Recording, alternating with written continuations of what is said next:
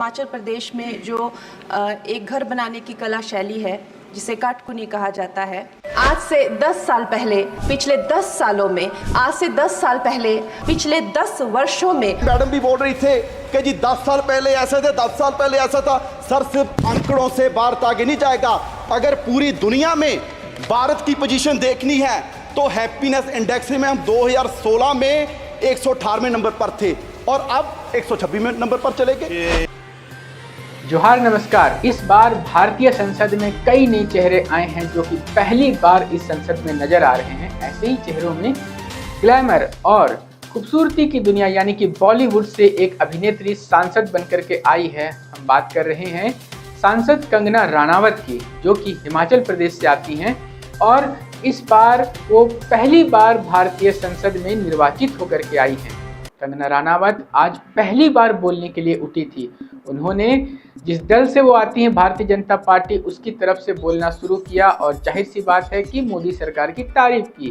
तारीफ का ऐसा समा बांधा कि वो देखने लायक था। सुनाएंगे आपको वो भी, मगर उससे पहले उसके जवाब में जब आम आदमी पार्टी के गुरमीत सिंह उर्फ मीत मेयर खड़े हुए और उन्होंने जब जवाब दिया, जो कंगना राणावत ने कहा था कि 10 साल में कुछ ऐसा विकास हुआ है देश में जो पहले कभी नहीं हुआ, तो इस 10 सालों में क्या पिछड़ापन आया है, उसे जिस मजबूती के साथ उठाया वो भारतीय संसद में लंबे समय तक याद किया जाएगा, जिसने कि दंग कर दिया कई सांसदों को और एक स्पष्ट साफ चेहरा दिखाया। क्या कहा गुरमीत सिंह मेयर ने, पहले वो सुनते हैं।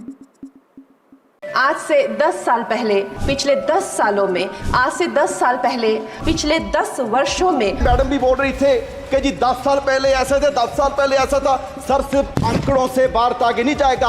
अगर पूरी दुनिया में भारत की पोजीशन देखनी है तो हैप्पीनेस इंडेक्स में हम 2016 में 118वें नंबर पर थे और अब 126वें नंबर पर चले गए। ग्लोबल हंगर में हम 111वें नंबर पर हैं 125 देशों में, और जिन हमारे जो पड़ोसी देश हैं जिनको हम मुल्क भी नहीं समझते हो वो भी हमारे देश से आगे निकल रहे हैं। और सबसे हैरानी की बात सभापति जी आपको होगी, एक रिपोर्ट के एनवायरमेंटल परफॉर्मेंस इंडेक्स 180 देशों का सर्वे किया गया और बड़े दुख की बात है कि हम 180वें नंबर पर हैं। एक देश भी हमसे पीछे नहीं और हम कह रहे हैं कि जी हम विश्व गुरु बनेंगे। सर सिर्फ बातों से विश्व गुरु नहीं बनेंगे। पूरे देश के हालात ये हैं कि 140 करोड़ की पॉपुलेशन में सिर्फ 4.25 करोड़ लोग हैं जिनकी सैलरी, जिनकी कमाई महीने की 25,000 से ज़्यादा है। आप सोचिए, जिनकी 25,000 से महीने की सैलरी कम है, क्या वो किस तरह का कोई सम्मानजनक जीवन वो व्यतीत कर रहे होंगे। यहाँ पर माननीय वित्त मंत्री जी ने बड़े गर्व से कितने बार पता नहीं कहा कि जी 85 करोड़ लोगों को हम राशन दे रहे हैं, 85 करोड़ लोगों को राशन दे रहे हैं। ये कोई गर्व की बात नहीं, मुझे लगता है कि सरकार के लिए शर्म की बात है कि पिछले 10 साल में आप 85 करोड़ लोगों को गरीबी से बाहर निकाल पाए और आप इसकी चीज को बड़े गर्व से बता रहे हैं। बैजा बैजा बैजा ओ बैजा ओ बैजा बैजा और सर बैजा, ऐसे देश आगे नहीं बढ़ेगा। और सर अगर मैं लास्ट में अपने क्षेत्र पंजाब की बात करूं, क्योंकि सर वैसे तो किसी प्रदेश का ध्यान नहीं रखा गया, अगर मैं पंजाब की बात करूं, सर फ्लड्स के लिए बजट आपने लॉट किया। आपने कहा जी साम में फ्लड्स आए, बिहार में फ्लड्स आए, उत्तराखंड में फ्लड्स आए, हिमाचल में फ्लड्स आए। क्या सर पंजाब देश का हिस्सा नहीं है? जो बारिश उत्तराखंड में हुई, हिमाचल में हुई, क्या वो पहाड़ों में रुक जाएगी? वो सारी बारिश का पानी पंजाब में आया और 1680 करोड़ का नुकसान पंजाब का हुआ। सर मैं उस समय इरिगेशन मिनिस्टर था, मैं तरन तारण गया, मैं कपूरथला गया, मोहाली गया, रोपड़ गया और हमारे वहाँ सर क्षेत्र में ऐसा माहौल बन गया कि 3-3 फुट मिट्टी चढ़ गई और वहाँ मैं दावे से कह सकता हूँ कि अगले 20 साल भी वहाँ खेती नहीं हो सकती। और सर 2 मिनट और सर मैं पंजाब के पॉइंट ऑफ व्यू से कहूँ, इतनी नफरत पंजाब से क्यों है?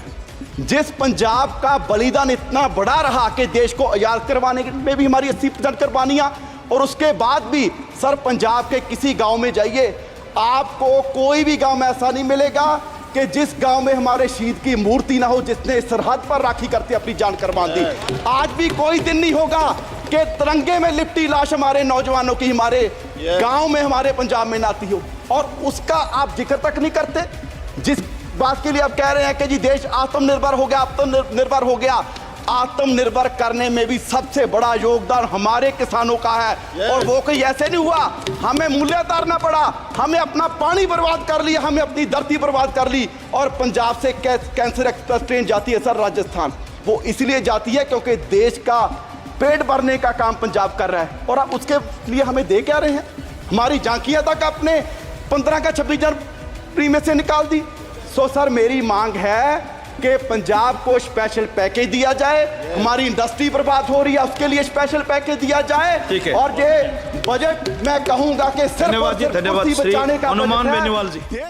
माननीय अध्यक्ष महोदय जी, मैं आपका मेरी तरफ से और मंडी की जनता की तरफ से हार्दिक अभिनंदन करती हूँ, आभार करती हूँ कि आपने आज पहली बार मुझे इस सभा में बोलने का मंडी क्षेत्र के विषय में। हमारे हिमाचल प्रदेश में जो एक घर बनाने की कला शैली है जिसे काटकुनी कहा जाता है, वहाँ भेड़ और याक की ऊनों से जो है विभिन्न वस्त्र बनाए जाते हैं, जैसे कि जैकेट्स हो गए या टोपियाँ हो गई, शॉल या स्वेटर्स बनाने के जो काम है, जिनका बाहर के देशों में बहुत मूल्य मिलता है, लेकिन हमारे यहाँ पे पूरी तरह से जो है ये जो एक्सटिंक्ट हो रहे हैं उनको बढ़ावा देने के लिए क्या कदम लिए जा रहे हैं। और साथ ही मैं ये भी कहना चाहूँगी कि हमारे हिमाचल का जो संगीत है, खासकर जो स्पीति और किन्नौर या भरमौर के क्षेत्र में पाए जाने वाला जो ट्राइबल उनकी जो कपड़े हो गए, उसके साथ में जो उनके फोक फॉर्म्स है, आर्ट फॉर्म्स है, वो भी विलुप्त होती जा रही हैं। तो उनके विषय में क्या कदम उठाए जा रहे हैं? धन्यवाद।